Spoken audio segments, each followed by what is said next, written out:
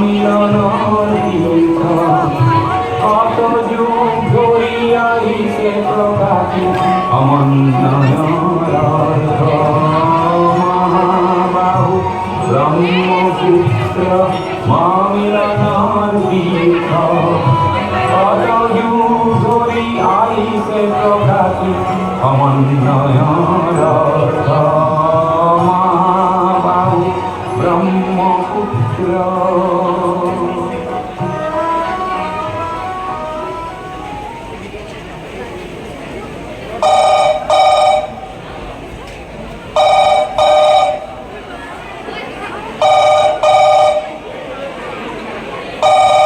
ইমান ফোন কৰি আছো তোক ফোনটো উঠাব পৰা নাই নে তই কিনো কম আজিকালি ফোনটো উঠাবলৈ এলাকে লগা হৈছে কচোন ক কি হ'ল ঐ বহুত দিন আমি পিকনিক খাবলৈ যোৱা নাই পিকনিক খাবলৈ যাওঁ ব'ল পিকনিক ক'ত খাব যাম পিকনিক এই ব্ৰহ্মপুত্ৰ নদী পাৰতে খাব যাব পাৰি অঁ ঠিকেই কৈছ ব'ল ব'ল সকলোকে লৈ যাম ব'ল ব'ল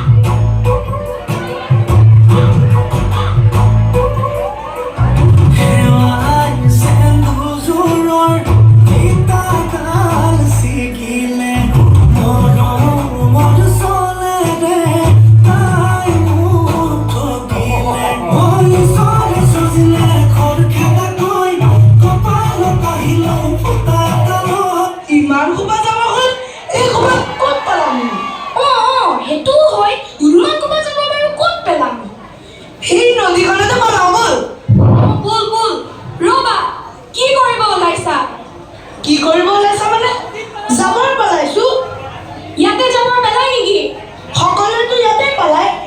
তোমালোকে জানানে ব্ৰহ্মপুত্ৰৰ মহত্বৰ কথা মহত্ব কি মহত্বৰ কথা